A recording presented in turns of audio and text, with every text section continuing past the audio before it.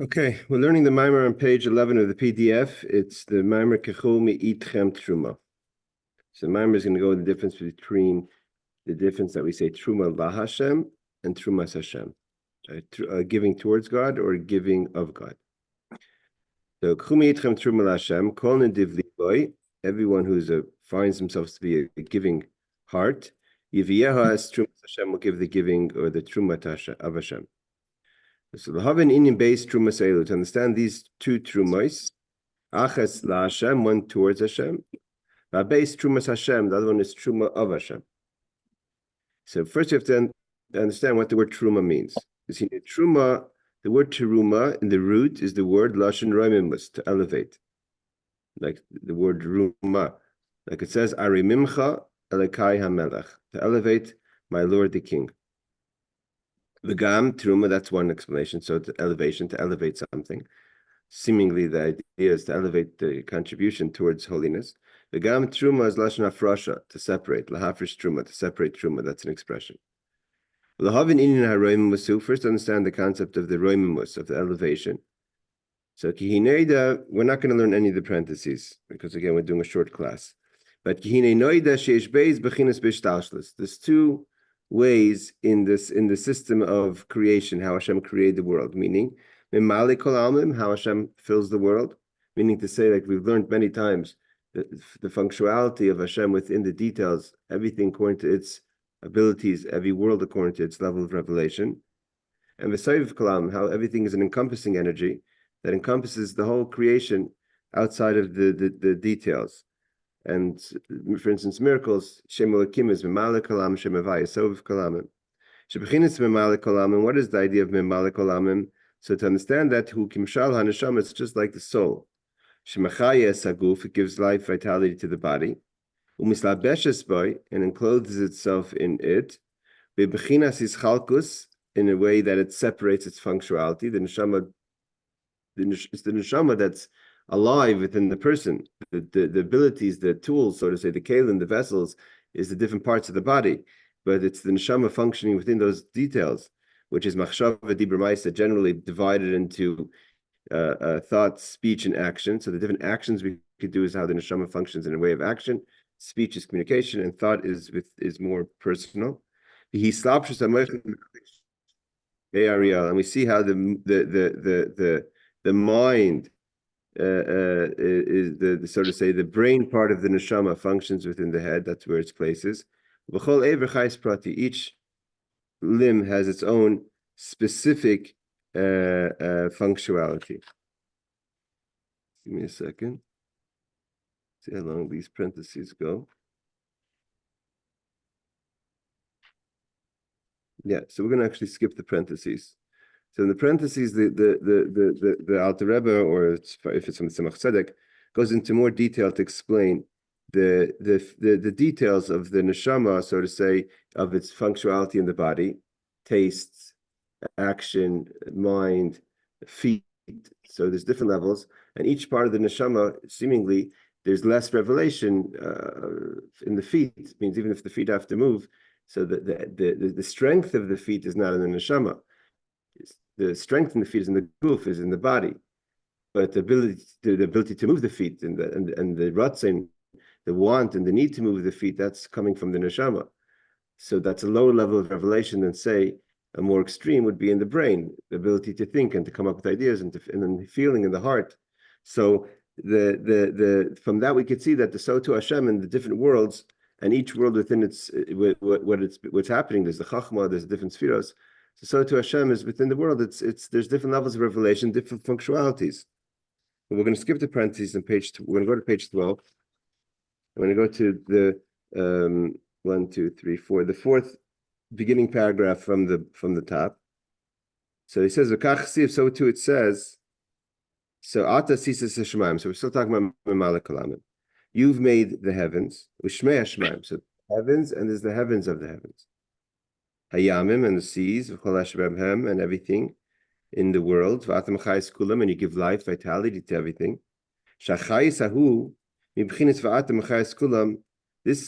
This statement that we say, that you give life to everything, is slavish toichomen, is literally encloses itself within the world. That's umemali bechol olam fiarka, and it fills the world, each world according to its abilities. Again, there's the creation of the limitations, and there's the filling of the limitations. For instance, the Ramak in the Pardes, he says that this is what we say. So when a person wants to understand if Hashem fills the world and there's all this functionality, so how do you let's say the midos, right? The God's a kind God, or there's din, or there's chesed, or there's rachmim, compassion. So then, and there's different names. There's the name Kel is chesed, the name Elokim is din. So this is because they function different. Din is it passes judgment. Kel is chesed, is kindness. Chesed kel kol hayom, the verse says. So the Ramak says that when it says in the pasuk, "V'chol kareinu elav," when we call out to Him, meaning Hashem. So it says, "Elav limidosa." We call to God Himself, not to the attributes, not to the kindness, so to say, of God, but God Himself. But it's not clear what that statement means. Who's Elav? Who's Him? So the Ramak says Him is the light that gives chayus, that gives vitality to the keli, to the vessel of chesed. So chesed's already created as that when light goes into it, that when life force goes into it, it's going to manifest in the way of kindness. So the pasuk says we don't call to the kindness, we call to the light, to the energy behind the kindness. The Baal Shem Tov says no. The Baal Shem Tov says it's not the light that's in the kindness, that, or so to say, that shines through the kindness, through the vessel. It's not the ore that's in the keli of chesed, but it's actually there's a third energy, and that's the energy that creates the chesed. Means even the vessel itself has to come into creation, that it should be defined, that when light goes through it, it should shine through in a way of chesed. So the Baal Shem Tov says, "V'chol kareinu love" is not that we don't call out the chesed, we call out the energy that gives that creates the chesed, that is the ability of chesed. So that's what the Baal Shem Tov says. Alter Rebbe says, "V'chol kareinu love." He says it's simple. V'chol kareinu love is God the way a child understands God. No manifestation, no vessels, no lights, no kalim. It's God Himself, like a child when he or she wants to address God. It's the simplicity of God, the essence of God. But same thing over here, the idea that it says "Memali kolam," God fills the world and gives life to all the different levels within creation. The fact that when life goes into these levels, it shines in a certain way. For instance, chesed and kindness, the camp of Michael is a camp of the angel Michael, the camp of kindness. That's also, there's a creation that it should be that way. So it's once God already created it, and the light that goes into it gives it life in such a form. Okay, that's what it says. You give life to everything. God, in the limitations that's been pre-created, pre-programmed, then God gives life according to its limitations, to its abilities, to its details. Therefore, it fills the world according to its erech, according to its abilities. Meaning, in the heavens of heavens, a higher level of refinement is Gili Bechinas Elyono Yoiser, has more revelation Mishamayim than just heavens itself. So to heavens, Yesh Bechinas Yoiser Elyono Mibaris has more light and more revelation than the earth. As we see clearly. Okay. So that's the idea of Memali Kolam. And we're going to skip also the next parentheses. This could be either a very long mimer or a short mimer. I'd rather get to the idea of the mimer than to the explanation of the mimer. So we're going to, sorry about that. We're going to skip to page 13. And we're going to go to the fourth paragraph that starts with Bechinas Soviv. Okay, so that's Bechinas Memali. So Memali Kolamim is, the idea is the way Hashem fills the world. What's Bechinas Soviv Kolam, and what's it mean that Hashem encompasses the world? There's Hu Orach Bechayis, that's the light and vitality of godliness. She'enim slavish toichal mimamish, doesn't go into the world actually. In Chassidus, and generally, we explain the difference that Memali Kolamim is connected, Soviv Kolamim, the encompassing, is connected to the Ratzain, the want, and the pleasure, the tainig of that triggers the want. Meaning to say, if a person takes joy in a certain situation, so therefore you ever want to go do that situation, so the ratzin, for instance, like it says in Chassidus many times, the ratzin to get somewhere is, so therefore in order to get there you have to walk or you have to run. So there's the same part of the package of wanting to be in a certain place is you have to get there. So that want is equal to understanding the details of why you want to be there. Let's say there's a good lecture going on. So you want to listen, but so you have to get there. So in order to get there, there's a ratzon. The ratzon functions in all parts of the body. One in the part of the foot, it functions to get there. So there, it's more encompassing. It doesn't enclose itself in the details of the ability to walk. It's the ratzon that you should use the ability to walk to actually walk. So it says b'chinas soiv kolamin hu or v'chayis eliki. It's the vitality. She'enim mislavish toich al mamash. Doesn't go into the world, and therefore it's not limited. So miracles. When you break the laws of nature, nature says that it's X, Y, and Z is going to come out to be this way. And Soviv Kalaman doesn't have the restrictions of nature. So therefore, Paro, who only sees God, how God functions in the world, says, Lo Yoda says Hashem, I don't know who God is. You're talking about a God that I mean, I recognize there's a force, but that there's a force that's beyond the functionality of the world. I don't see that. So b'chinas soviv kolam hu b'chinas over l'kisha enim establish tochal memamish. Ve'im pirish soviv. What soviv mean? Like we've learned many times that oila v'soviv memayla. It's a space thing. It's on top of the world or around the world, outside. Elishu gamkein tochal. It's in the world. It's not that it's distance in space or withdrawn from the world. But what? Elisha enim establishment doesn't enclose itself in it. It doesn't get limited to it. When the light goes into the light of chesed. So then manifest chesed. What's chesed? Chesed has a personality. Chesed responds naturally to certain things. So if a person is going to be faced with a situation where kindness would react one way, so chesed reacts that way. For instance, someone comes to you and asks you for something. Could you help me could you help me carry my bags? A kind person does that. That's normal. That's because chesed, kindness, that's the response to things. That's how the light goes into the vessels. But Soviv is outside. So he says, I'm in the world. Ani, the essence of God, but there's no separation. It's equally in the world. It doesn't get trapped, so to say, if you want to use that word lavdil, in it to be specific, to be defined. Ani rishon v'ni achroin. I was there before, I was there after. I'm the first of all first. And that's Soviv, but the way Hashem manifests in the way of Memalekal, filling the world. So it's all within limitations, there's space. We have expressions like that there's a distance. God went 500 years. What's 500 years? 500 years, it could sound like a massive amount of time, but it's any time that's defined is defined. So you say there's the feet of the angels that have this passion for Hashem. This is all expressions of the way things are in a defined certain way and not in another way. Sof Kalam is there, but it's not limited to anything. It's the way Hashem is not limited to any expression, and therefore miracles come from there because there's no limitations to God's ability to perform. The water doesn't have to flow; the water could split. And this is the idea. What's of Aramimcha? So we're going back to understand what is Truma La Hashem. So the Hashem functions in a way of Mimali Kolam. That's the regular means the way when the world from the first day of creation, the world had a function, it existed. So if it existed, it was existing that the revelation was revealed of Mimali Kolam. It means how God functions in the world. There was nature. Soviv Kolamim was there, but it wasn't being in a way of revealed. The idea of Aramimcha, Lakai Melech, is to bring the lights of Soviv in a revealed way into the world. That's what Torah is. Torah is outside the space of creation. What's Aramimcha? Sha'atzmis umahus, that umahusay merumam umanusi adin kates, that how God is the essence of God, which is merumam, elevated to no limits, the tachlis with no bottom line. Elekai, that level is my God. And how do we bring it down to the world? Is the concept of melech.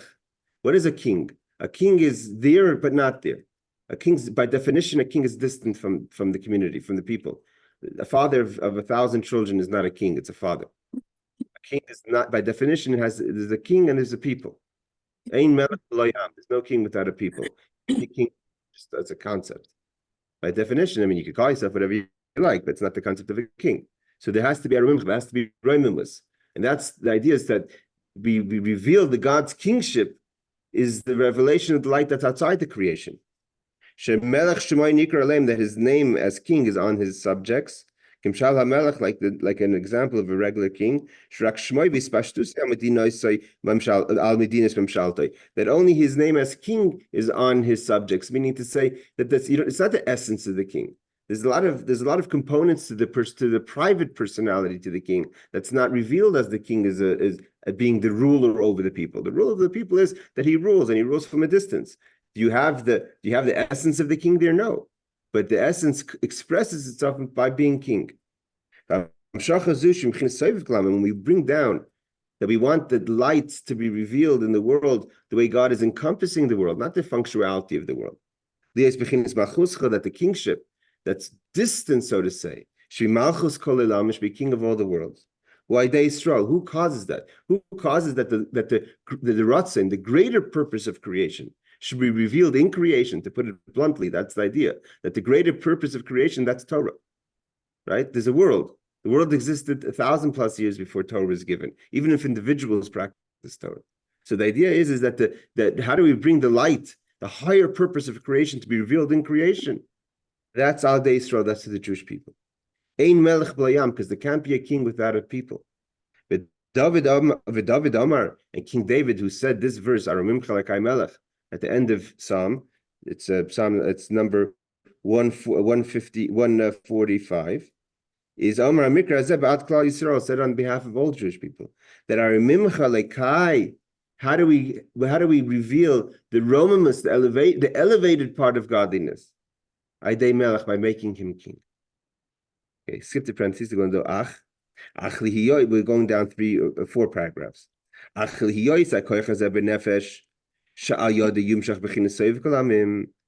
we have the strength within ourselves that we should arouse? Everything in life is response.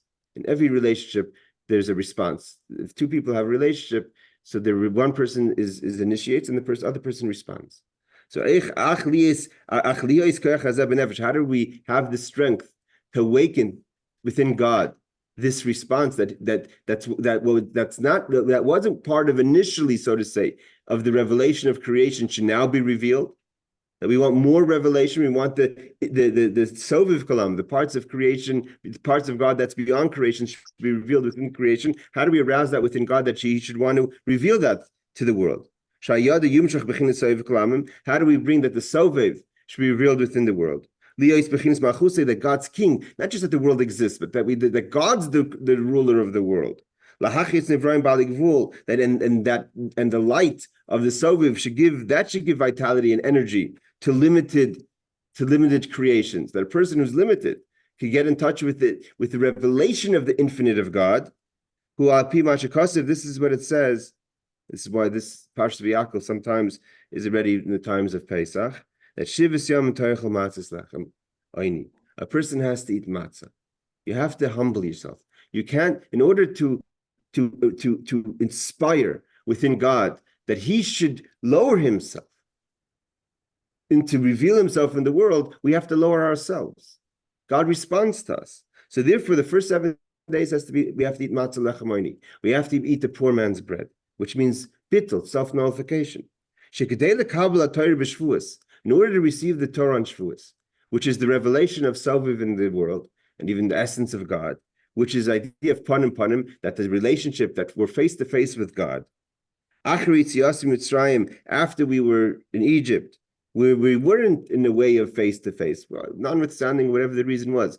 Our fault, it wasn't our fault, but the fact is, we weren't on the level to receive the Torah when we were in Egypt. So how do we turn that around? We were like our back towards God. We have to transform ourselves. And transforming ourselves is via counting the 49 days of the Omer, refining our character. The 49 days represent the 49 attributes, midos, within the person. Your kindness is directed in the right direction and broken up into 7. Your limitations, your boundaries is for the right reasons in the right way, broken down into 7, etc. So, Tiferes, beauty, broken down into 7. So 7 times 7 is 49. But in the first week, before we start changing ourselves, the first week we have to eat matzah. In the first week of the Omer, right, we start counting the Omer the second night. The first week of the Omer is the 7 days of Pesach. So in order to be ready on the 7th day, that we should be able to start changing ourselves, and that change should bring out a response that God should reveal himself beyond creation. That's what happened at Matan Torah. So we have to go through a week of humility. It's not belittling. It's losing yourself. The Alter Rebbe is going to explain that you can't go from being one person to another person without going through a transition. That's the whole point of the Mammar. The point of the Mammar is that as great as changing yourself is, what inspires God, so to say, to humble himself, to reveal greater levels of revelation in creation, you have to lose yourself. You can't become a new person. A person can't say, okay, a lot of times we say to the person, you have so much energy, you have so many good qualities. If you just direct it in the right direction, you'd be a perfect person. It doesn't work like that. You can't just direct it in the right direction, change. You can't go from one way to hishapcha to transformation. You have to go through skafia. You have to restrain yourself. The seed has to dissolve in order to become a tree. That's the rule. And what the point of the Mammar is that's what inspires God to change. We want God to give more, so we humble ourselves, so he humbles himself. The idea like this. The animal tendencies of a person has 7 animal tendencies. 7 animal tendencies are the 7 midos. Chesed, Gvur, Tveres, Netzach, Hod, Yisod. Okay, we'll learn about it more after Pesach, and we'll learn more about the sphere Somer. That's the idea of sphere. What sphere mean? Sphere means to count, but also liyas hamidus bechinas hapcha, to transform. Every day of the counting, that our attributes should be going in the right. It should be for the right things, for godliness. Our love is towards godly things. It means not that you don't love another person, but you don't love. It's your excitement is not about the world. It's about godliness. In relationship between a husband and wife, between the spouses, is also holiness. But if a person can have their whole motivation, the whole love is about themselves or love about the world. So you have to change that your love isn't about yourself or the world, your love is about God. That's why the sacrifice in the beginning of the Omer came from an animal feed, from barley, animal feed. Because it's the animal soul. And in this 49 days from when we left Egypt until we got to Matan Torah, we had work to do. And in the 7 weeks leading up to the Omer, leading up to Shavuos, every day it's slowly. You can't change right away. First day you change the chesed of chesed. Then you change the gevura part of chesed. As we will learn Mirz Hashem more in detail in the Mammar Sfartim in Parashas Emor. And then he says, you have chesed b'chesed, page 14. That you bring godly light into every part of your breakdown of your attributes, of your midas, of your emotional breakdown. Or kimshal haner, like the light pushes away the darkness. You push away the darkness of the animal tendencies. V'zeu sfartim. That's why the verse says you should count. But the word is sfartim. The word sfartim means lashon ha'ora v'or, from the word sapir, to be clear and bright. V'oimrim b'chol yom hayoim yom. Yom is also light. And how do you light up the attributes, your emotional tendencies, is by bringing a light that's higher than them. You can't just clean it from within. It has to bring down a power. And slowly you transform your midas from ava, from loving of worldly things, to avas Hashem, to loving God. You should start counting and making bright. After the Shabbos, meaning after the Shabbos, you're taking from a higher level of Shabbos, like we're going to learn from number 8, which is beyond the number 7. That's beyond the 7 midos. The 7 midos are the 7 days of creation, which are the 7 days of the week, which one of those are Shabbos. So how do we brighten up the days of the week? Each day represents another attribute. Is to take a power that's mimachas Shabbos, that's beyond Shabbos. Achi Evsher. This is the point. One cannot, it's not possible, to transform yourself, to first restrain yourself. You have to go, it's a stage, it's a step-by-step process. Before one transforms himself, just I'm a changed person, you have to lose yourself a little. You have to restrain yourself. That's a skafia. That's why we eat matzah the first week. Matzah represents the matzah food is not a leavened bread. It's a thin bread, which represents lechem, a poor man's bread. The idea of humility. Batal ritzoncha, nullify what you want. Means you haven't changed what you want, but control what you want. It's impossible to create a holy being from a non-holy being without going through his process. Kim Shali gives the example. Hagarin, like the seed, Hanizra ba'aretz, that's planted in the earth. Shemisrakiv tchila v'naz b'chilas ayin. First, it has to dissolve and rot, so to say, in the earth and become nothing. And only then can the seed inspire the power of growth in the earth to grow to be a tree. But before the seed dissolves and, so to say, rots within the earth, the seed says, I'm still something. I don't want to lose myself. Why can't I just become a seed into a tree right away? Why do I have to lose myself to become a tree? This is the laws of an egg that comes out of a non-kosher chicken. That means not a species that's not kosher, but the chicken itself is not something, is a treifa. It means if it's not treif, means it's, let's say the chicken was going to die, it punctured its lung. So what about the eggs? Are the eggs kosher or not? It says that once it loses basically the shell, it becomes a new entity. So the chick is allowed to be eaten. It's the laws in the laws of chulin. So he says, "V'kach." So too, here he's going to the avoda. It's impossible for a person to go from loving the world, b'chinas avas Hashem, to right away loving God.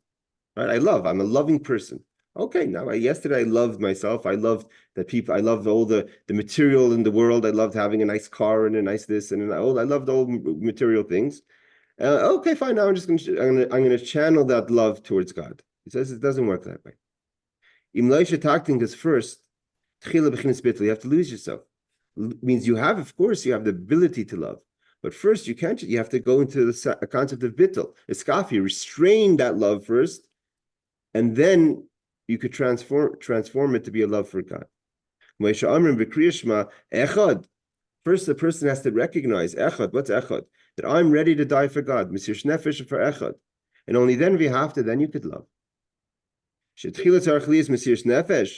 the person has to reveal within himself or herself the misir nefesh, the self-sacrifice for God. Meaning what's self-sacrifice? Nullification. It's not about me. To give yourself for the oneness of God. By days then, once you've done that, then we say that you could love God. Not just with your godly soul, with even your Yetzirah, even your animal side, and then it's a sapcha, then it's a transformation that's proper. And it says, this is the idea, that's why the first week of the Sfir Somer we have to eat matzah. And we even eat matzah the night before. Matzah represents a skafia, self-restraining yourself and self-nullification. The matzah doesn't rise, I have no elevation. You can't, what does it mean? What is the idea of the bittul? What's the concept here? Part of what's leavened bread? Leavened bread is it's puffy, it's full of itself. So you recognize your love. You're saying, okay, so I love the world, now I love God. So he says it doesn't work like that. You have to first get out of the puffiness. There's a lot of you in this conversation. Get flat like a matzah, because you can't go from leavened bread is matzah ain't by snatzis. The matzah has no elevation. You've exhausted yourself out of the equation, so to say. To be rising. It doesn't have a taste. It's like leavened bread. But how about tayi? That's it's all connected. A person that doesn't feel self, doesn't have elevation. It's not about I want to feel, I want to love, I have taste in my service. First lose yourself, nullify yourself, humble yourself, and then properly love Hashem. That's why one has to eat matzah before Shavuos. We say every day in the Shemona Esrei a few times, my soul is like dirt to everyone. Then you could open my heart up to Torah. You went through the process of humility, and then you become a new person, so to say, to be able to accept the Torah. Because your soul is like earth. Then you could transform yourself to be face to face with God. This restraint, that's greater, to restrain yourself is a greater and harder, so to say, and it's more valuable, more precious to God than to transform yourself. It's harder to restrain yourself. It's harder to humble yourself. It's easier to just say, why can't I just be myself with all my things, but just be, this huge loving being towards God. Even though in the moment of restraint, you're restraining, you want to love the world, but you're controlling yourself. You haven't changed yourself yet. But the fact that you've nullified yourself and you're controlling yourself, that avoda, that service of working on yourself to control yourself, the bittul, shemsalik is atzmai, mikol b'chinas itkafia, and you're getting yourself in a way of restraining. He said, that awakens, inspires God. Then that's when you get the infinite light. The infinite light is when God sees how you control yourself, you work on yourself. It's hard to go against your nature than to just transform your nature. And then God says, I want to be king over such people. Because for God to be king, he lowers himself. A regular king, a proper king is not a person who's looking for power. A proper king has to lower, because that person is so much greater, needs to lower himself to be involved with worldly things, so to say. King Saul didn't want to be king. King David didn't want to be king. They were beyond being king. Moshe Rabbeinu didn't want to take leadership. I sit there in the fields and think about God. You want me to start dealing with this guy has that problem, this lady has that problem. Because God, so to say, also has to restrain himself.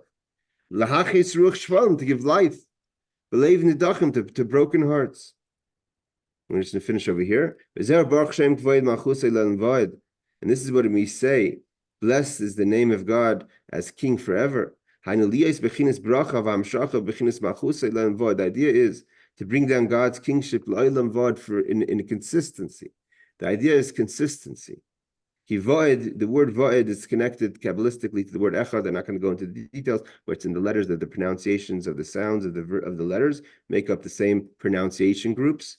And therefore it says whenever it says void, what does that mean? That God will always be king.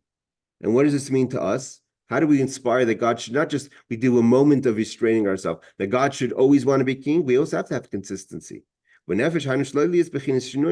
be a person that has changes within you.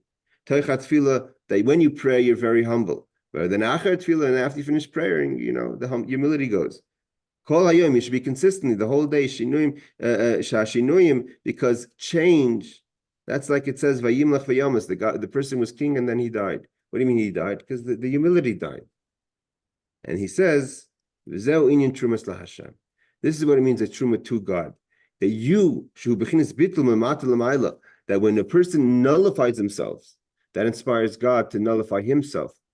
So it's a truma, you're elevating towards God, so God to give you back. He's king and he reveals the higher levels of revelation in the world. Right?